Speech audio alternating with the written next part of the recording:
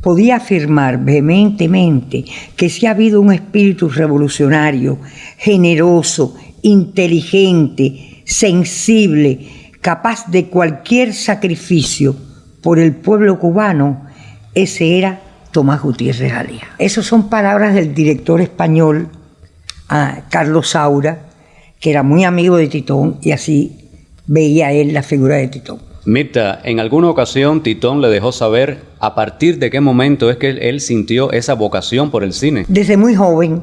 Él estudió para hacerse abogado, para complacer a su papá. Y cuando terminó los estudios, inmediatamente le entregó el diploma a su papá y dijo, ahora me voy para Roma porque yo lo que quiero ser es cineasta. Ya él había empezado desde muy joven con una camarita de Super 8 que le cayó en sus manos y él empezó a filmar. Inclusive él transitó por el piano, estudió piano, dio un concierto en la Biblioteca Nacional, pero consideraba que él era un mediocre, que iba a ser un mediocre, y no, era muy exigente consigo mismo. Dibujaba, pintaba, y también se dio cuenta de que él no se sentía libre dibujando, y se dio cuenta de que el cine aunaba todas esas cosas que él amaba, la música, la pintura. Cuando vino de Italia, pues realmente aquí no había muchas posibilidades de hacer cine, por lo que entró en una empresa de publicidad de Barbachano Ponce y empezó a hacer cine revista, que eran chistes. Él dijo que de pronto ya él estaba saturado de hacer chistes, pero te das cuenta cómo el humor va a perdurar en todas sus películas, el humor que transita por un humor sarcástico, irónico, sardónico, como quieras. Vicente, esta gente del gobierno hoy bien temprano por la mañana han cambiado todos los billetes. ¿Cómo cambiaron los billetes? Bueno, son los mismos billetes, pero con otros patriotas, ¿comprende? Y entonces los billetes de ustedes no sirven para nada. ¿No sirve nuestro dinero? Volaron, eso no es posible. Mencionaba usted una frase que utilizó para escribir un libro sobre Titón, volver sobre mis pasos, pero si no me equivoco, es una frase que él escribió en una ocasión en una carta. Sí, es una carta que le escribe a mi hijo. Y él le dice, más o menos te voy a decir en general, cuando uno comete un error, cuando uno injustamente critica a alguien, cuando uno sin querer le ha hecho daño a alguien, uno quisiera volver sobre sus pasos. Pero ya es imposible. Por eso le puse, porque es una carta muy bella, muy hermosa, que él le escribe a mí. Otra frase que también encontré en esa carta es cuando él dijo, ya soy un viejo y aún no sé quién soy, y solo tenía 41 años. Era una persona que siempre se estaba cuestionando con un temor a la muerte. Era como una ansiedad con el tiempo, que el tiempo se le escapaba. Y después me di cuenta con el tiempo que había sido a partir de haber presenciado la muerte de su madre, y eso le provocó toda una angustia, ¿no? Pero es que te das cuenta que la muerte después es una presencia constante en todas sus películas. Yo creo que no debieron enterrarlo con el carnet laboral. Todo eso es muy complicado. Bueno, mire, compañero, ya está enterrado. Ahora lo que hay es que buscarle una solución al problema. Mirta, ¿dónde residían los padres de Titón cuando él nace? Sí, ellos vivían en La Habana, aquí en el edificio de Chivá. ¿Cuántos hermanos fueron? Una hermana nada más, sí. Dentro de la larga producción que tuvo Titón entre sus películas, ¿alguna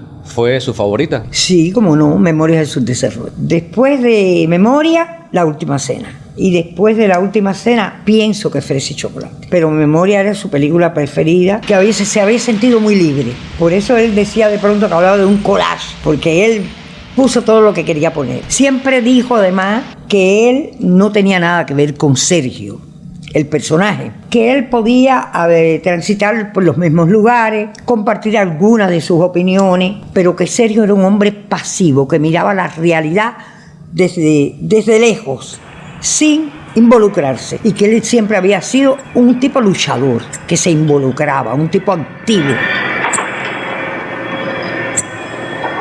Todo sigue igual. Usted tuvo la oportunidad de formar parte del elenco de algunas de sus películas.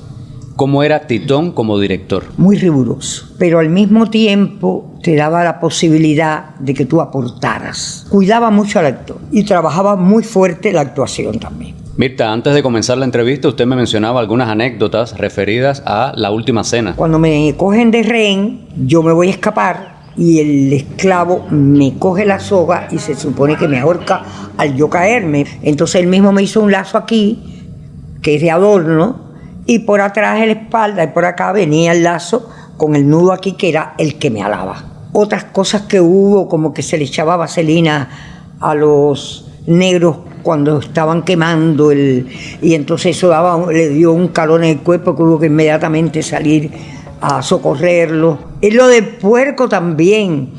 ¿Qué pasa? Que hay mucho calor. Entonces se ponía el puerco para la cena todo el día. Cuando llegaba el día siguiente por el calor, el puerco estaba malo, aunque se guardara. Ya el puerco había pasado un día con un calor terrible de las luces, además, las velas que se usaban. Y había que buscar otro puerco, asar otro puerco. Y desde entonces anda por todo el mundo, engañando a toda la gente, cuerpos de lo verdad, con la cabeza de lo mentira. ¿Siempre tuvo claro Titón el tipo de película que él quería dirigir? Sí, yo creo que la única vez que la gente criticó mucho, los jóvenes y todo, fue cuando hizo Cartas del Parque. Las películas de Titón se caracterizan porque, aunque sean históricas, están hablando de nuestra realidad, están criticando nuestra realidad. Pues la gente no entendía que Titón hiciera una simple historia de amor. Que lo que le interesaba a Titón era no solo que fuera una película que tuviera un valor estético, porque era importante, placer estético, el placer que provoca una película espiritualmente, sino también criticar esa realidad para que el individuo viera esa realidad de otra manera y se viera a sí mismo de otra manera. Porque él decía que una realidad que no se critica no mejora. Una tarde cortó todas las flores del parque y yo quisiera que usted hubiera visto qué ramo de flores más lindo le mandó desde la cárcel. Qué loco estaba mi compadre. ¿Tiene usted conocimiento de si en su carrera tuvo algún momento que enfrentar un gran reto? Varios retos, no uno. Por ejemplo, Memorias de su desarrollo no dejaban que saliera. Y fue Osvaldo Ortiz quien vio Memoria y dijo, es una película de la revolución, y ahí sale. Después quiero decirte que La Última Cena, por ejemplo, la dirección del ICAI consideró que era elitista y la guardó 2 años en una gaveta, que después ha sido una película emblemática del cine universal. Hasta cierto punto también hubo una mala interpretación de que si Titón enfrentaba a los obreros con los intelectuales, y todo lo contrario. La película lo que está diciendo es que el machismo existe tanto en el intelectual como en el obrero, porque es un problema de identidad, es un problema cultural de este país, con el cual llevamos años luchando. Y en el caso de Fresa y Chocolate, que en su momento el tema era bastante controversial, ¿por qué surge la idea de enfrentarse a ese guión? Cuando Zenel le trae el cuento, todavía no había ganado el Rulfo ni nada, era un cuentecito. Titón lo lee y le dice a Zenel, me interesa hacer una película con este cuento. Y empiezan a trabajar juntos. Titón trabajó 2 años consecutivos el guión. Entonces realmente le interesó. ¿Por qué? Porque el tema de la discriminación del homosexual a Titón le interesaba. Pero también después se dio cuenta de que la relación nada más que con Diego y David era se quedaba un poco corta, y por eso incluye al personaje de Nancy. Titón ya estaba enfermo y yo quería estar al lado de él, y entonces dije, bueno, yo voy a trabajar en la película con la condición de que todas las escenas mías sean al final de la película.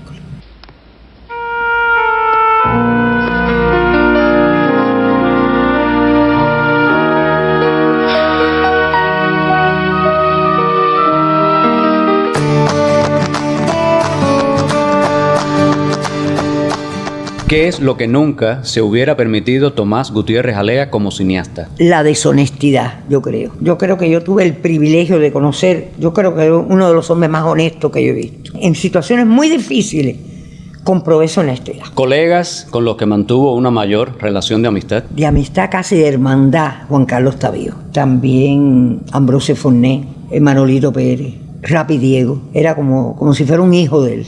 Lo amaba. ¿Cómo surge el seudónimo de Titón? La hermana Marina le decía Titón y se quedó Titón. Bueno, eso es peligroso para los terroristas, los revolucionarios. Una persona decente no tiene por qué tener miedo. ¿A qué le tiene miedo? ¿Y cómo era Titón, el hombre, el ser humano, aquí en la casa con su familia? Él era una persona muy rigurosa en cuanto a que se pasaba casi todo el día en la biblioteca estudiando. Y íbamos por la tarde a caminar a la orilla del mar. Por la mañana temprano íbamos casi siempre, antes de empezar a trabajar, con los perros, sábado y domingo, a nadar aquí. Él, como había estudiado piano, se sentaba en los ganetas, que desgraciadamente ya no funcionan, y ahí tocaba Mozart, a Beethoven, a Bach, y se sentía muy feliz de recordar todas esas piezas, y realmente la casa se llenaba de, no solo de música, sino de luz. Titón irradiaba mucha luz.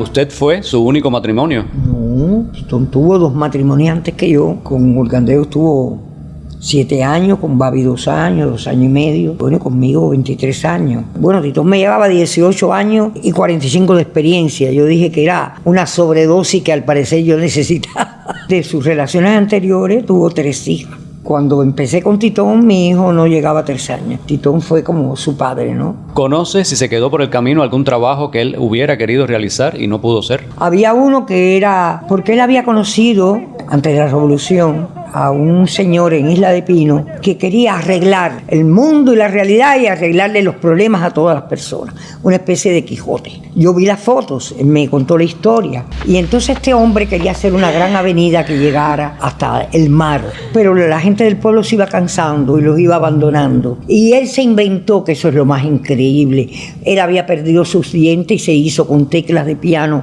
una dentadura. Y a Titón le encantó la idea y empezó a trabajar sobre un guión sobre eso. Mirta, ¿qué fue lo que más usted admiró en Titón? La honestidad y la generosidad. Titón me dio pruebas a mí de una generosidad y de un desprendimiento que yo digo, pocas personas actúan de esa manera. Una vaca en el camino. Pero no fue nada grave, se dio un golpe en la frente. ¿Y usted qué hacía allí? Otro accidente. Si en estos momentos tuviera la oportunidad de revivir, de traer al presente un momento junto a Titón, ¿cuál escogería? Ay, no sé. No sé, quizás cuando íbamos con las perras a bañarnos en el mar, que era tan divertido. Quizás eso.